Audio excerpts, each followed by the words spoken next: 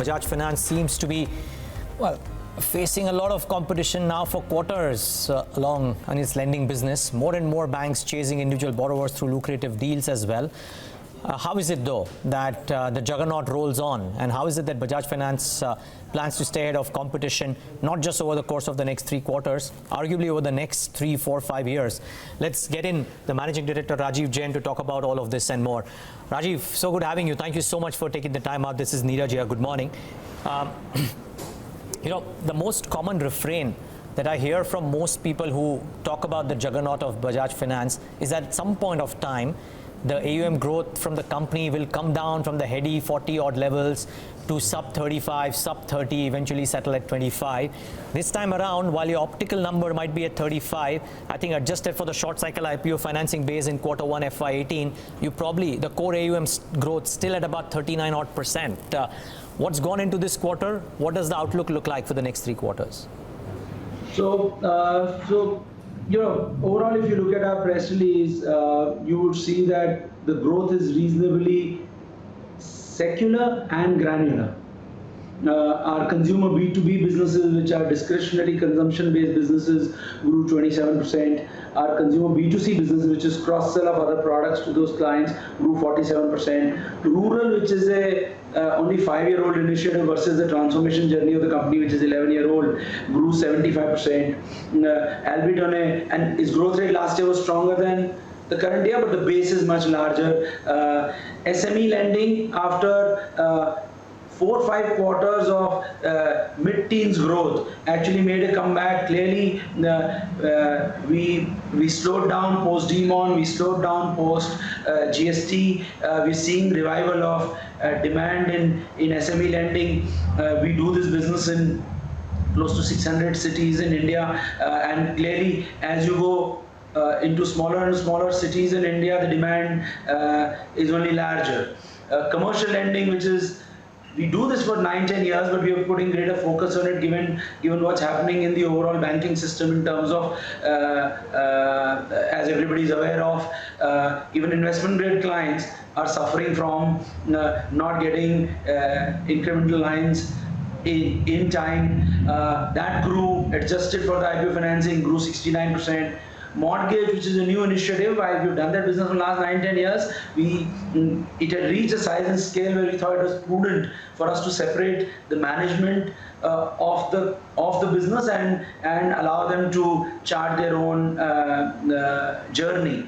That actually was the slowest growing in a way, and as I've told a few analysts yesterday as well, that it's a new management from BFL, but it's a new management. They are just putting their arms around. By 3rd or 4th quarter, even they will start to grow. The overall opportunity landscape, I must just make a point to you, remains very, very large. If somebody is focused on building a long-term business on a sustainable basis with a 5, 7, 10-year view, should be able to seize the India opportunity in a very, very profitable and sustainable manner. That's really how I would respond to your question.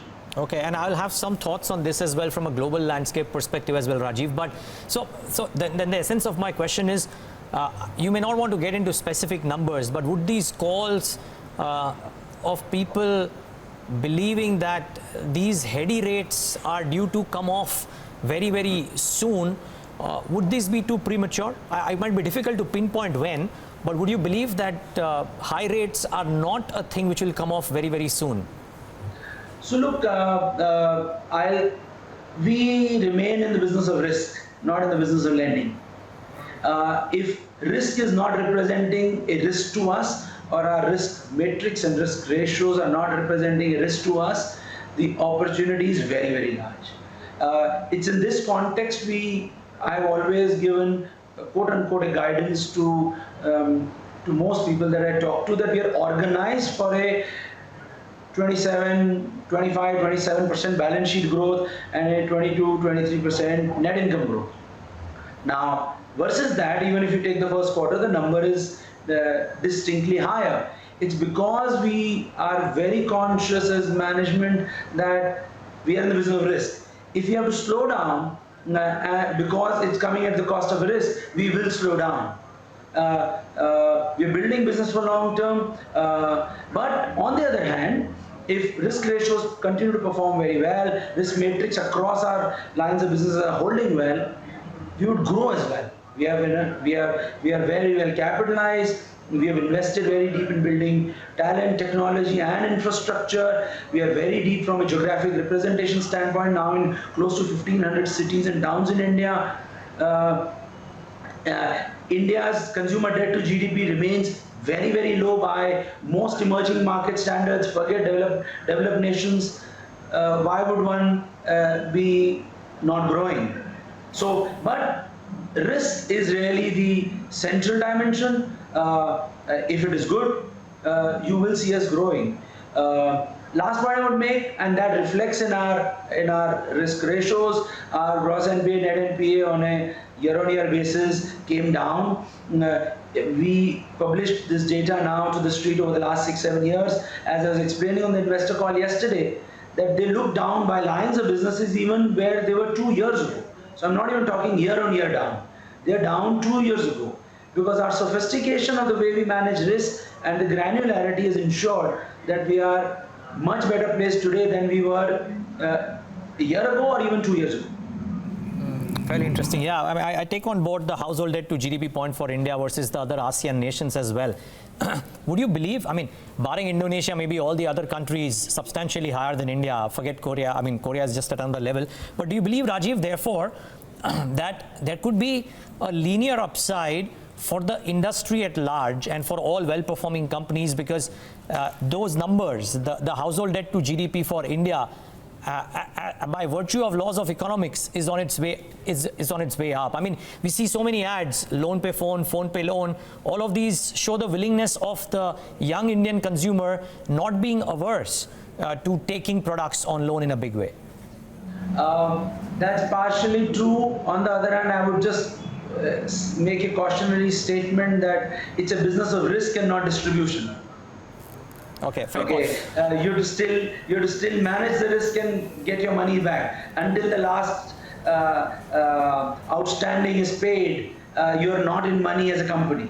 So, if I may make a provocative statement, that's why the entire fintech industry continues to struggle. Because it's not about distribution, it's about managing risk from there on and ensuring that outstandings are fully paid off. Okay. But otherwise, the opportunity is very, very large. I fully subscribe to that view. Okay. So let me, just for my understanding, Rajeev, one small thought on what the next 2, 3, 5 years could throw up. You mentioned about how the asset quality numbers are near levels that you would want them to be. Let's assume over a 5-year period, the growth opportunity being what it is, at what levels of these asset quality numbers or the risk ratios that you would monitor, would you be comfortable growing at 35%, 38%, 40% AUM growth?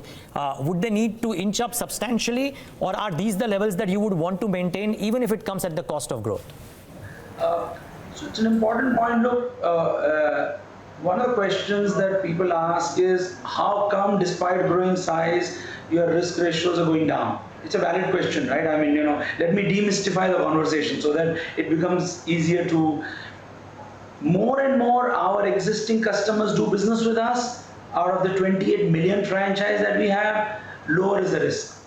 So today's risk ratios may look, or gross NPA, net NPA, line by line business, as you can refer to our investor presentation, are going down because our weight on doing business with existing customers of ours has been growing year on year over the last 4 or 5 years. Existing customer anywhere in the world represents half or less than half the risk versus a new customer. Now that comes to a cultural point. I must just make that refrain as well. Doing business with your customer doing more and more business with you requires that he is happy doing business with you. If he is not happy doing business with you, he won't do business with you. So customer centricity plays an important role. Ease, convenience, multi-channel plays a big role. More and more customers do business with us. despite growing size, you're going to see our risk ratios fall. And wallets of our consumers, because we deal with mass affluent customers, remain very, very large. We have to just keep use our technology, use our analytical infrastructure, use the culture of the firm to do more with existing customers and keep growing. That's because growth remains an important dimension while managing risk. Okay, interesting. And yet, while you're talking about one more business from the same customer or even cross-selling, not just in the same vertical, but cross-selling being an important part too, you're adding customers at a fast clip. I believe yet another quarter of 1 million plus, 30% odd growth on a YOY basis. Does that customer acquisition clip also continue because the opportunity is so large? Yeah, so we are in 1486 cities and towns as of June 30th. The goal would be in the next 3 years' time to be in 2,200 odd cities and towns in India. It does represent a very large opportunity, but it will be a paced growth. Add 15-18% distribution every year, at least from a next 3-year horizon. We are clear. From there on, it would be difficult product. That does bring in a lot more newer customers, even in large markets. In tier 1, our penetration is very deep. As we keep go from tier 1 to tier 2 to tier 3 to tier 4, the penetration rates drop. That represents a very large opportunity for granularity, for management of risk, and for growth of franchise. Interesting. Okay. A couple of accounting questions as well, Rajeev, just to get a sense. Yeah, the gap that came around this time around because of India GAAP versus Ind AS, and that was probably about 6 to 7%, maybe slightly higher. Would you believe that that will be the kind of gap that will be there for the rest of the quarters as well, 6 to 7 odd %? Yeah, we've outlined that very.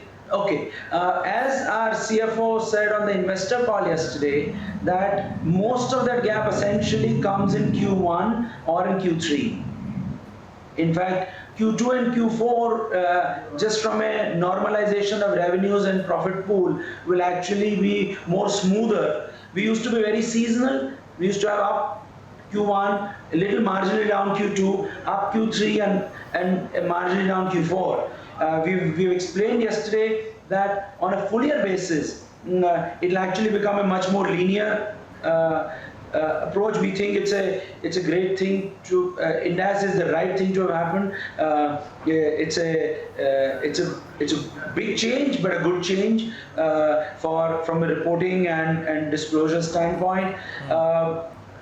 First quarter, second quarter, I can say you will not. You will see actually. You will not see impact of 6%. It's the first time we made this change as well. While we've done disclosures to the team, we are also putting to the street. We're still also putting our arms around the entire modeling and remodeling by the finance function, because you must understand that until 31st of March, it is not clear whether the Ind AS is becoming applicable or not. Sure. And we have a very, very large franchise. It's a very complex change from that perspective for any company which has a very, very large franchise. So we'll have much greater clarity by end of Q2, that I can promise you. Q2 may not see an impact. Q3, Q4 will become much clearer. Well, we'll talk at the end of Q2 to get that clarity as well, that small clarity. Yes. Yes. Rajeev, you've outlined this in the past that you are not unduly bothered about the rising cost of funds, if indeed it were to happen. Your NIMs this quarter around expanded despite, I believe, the cost of funding inching up a little bit. Are we to presume that unless the rate cycle moves up dramatically sharply, there won't be a problem to your net interest margins because of cost of funding effectively? There you may see some degree of compression by quarter 3, quarter 4, because it seems very clear to me that we are in for rate hikes are going to be real. Inflation is kicking in, both on account of crude and GST. In general, economy is micro is strong. That itself leads to is inflationary in nature. We are in for multiple rate hikes. Transmission is lagged, so you may see quarter 3 and quarter 4 coming under some degree of pressure on account of difference between increase versus transmission, but it will not be significant. I don't foresee interest rate shock. I mean, in 11 years we've not seen any, so I wouldn't worry about it at all. Okay, and therefore no worries on the NIMs as well. Your SME book has grown a fast clip this quarter. You mentioned about that in the opening thoughts, opening comment. And while the asset quality out here has shown some stability as I look at the numbers, Rajeev, are you comfortable with this pace? I mean, given this collateral issues that at least some of your peers are showing post this demon and GST shocks, are you comfortable with this pace of growth? I would wait to pass a judgment, probably one more quarter, and then we'll be much clearer. Okay, let's leave it at that then. Just last couple of questions, Rajeev. One is this whole cross-selling and getting more business from the same customer. Is that the basis on which your housing finance business is expected to grow? I mean, a lot of fund managers who I speak to talk about some very innovative plans that you seemingly have in order to grow the housing finance book. Can you throw some color here? I would just say, as I told investors as well as we had our AGM yesterday, that it's a business in incubation. We should just wait for the management, the CEO and the management to just outline their strategic view on one hand and their execution plan. But I do promise by fourth quarter we'll very clearly share what our plan is going to be, not a strategy, what our plan is going to be, because it's a going concern business. It's 26,000 crores of the 94,000 crores of assets. Do give us time for the next 2 quarters, and then we'll share a clear plan. Well, we have all the patience in the world, Rajeev, as investors have shown now. One last question, really, and this is something that came up in conversations with, well, actually more than one, actually 2 or 3 people, about what happens if there is a notional change of guard of sorts, wherein Rajeev Jain moves up in the hierarchy at Bajaj Finance. Would that result in a change in focus from what Rajeev Jain is doing currently at Bajaj Finance? I mean, that's something that is playing on the minds of investors, at least, Rajeev. What would you say to that? I think I'm right here. I think we have a multi-year opportunity in making this company one of the largest financial service companies in India. I think our work of last 10 years is beginning to just reflect in results over the last 2-3 years. As myself and Sanjeev say, that we're doing the same thing that we were doing for the last 10 years. Just focused on execution, focused on customer, and as a result, cross-selling to him, deal only with mass affluent customers. Parallelly, we've created a very strong culture in the company, which is one of our biggest competitive advantages. And cultures are difficult to build, cultures are difficult to destroy. So one man is not running the company, 15,000 people are running the company, and culturally adjusted for the level. That is an important point, that the youngest officer or the junior most officer may not reflect exactly the same culture as I may, but you will get lots of traces of that cultural orientation, whether you talk to him or you talk to me. And that's the culture. Culture remains a very, very central dimension of the way we have built the company so far, and we think it's our big competitive advantage. And I'm not going anywhere, and that culture is not going anywhere. Rajeev, if at all anything, we are strengthening it. Rajeev, you misunderstood my question. I was not talking about you moving away from Bajaj Finance. I was talking about you changing roles. So what if the role of Rajeev Jain changes from an MD to being a chairman? Does that change the focus of Rajeev Jain? Doesn't. Those are descriptions. We're excited about creating value. That's really what is most important.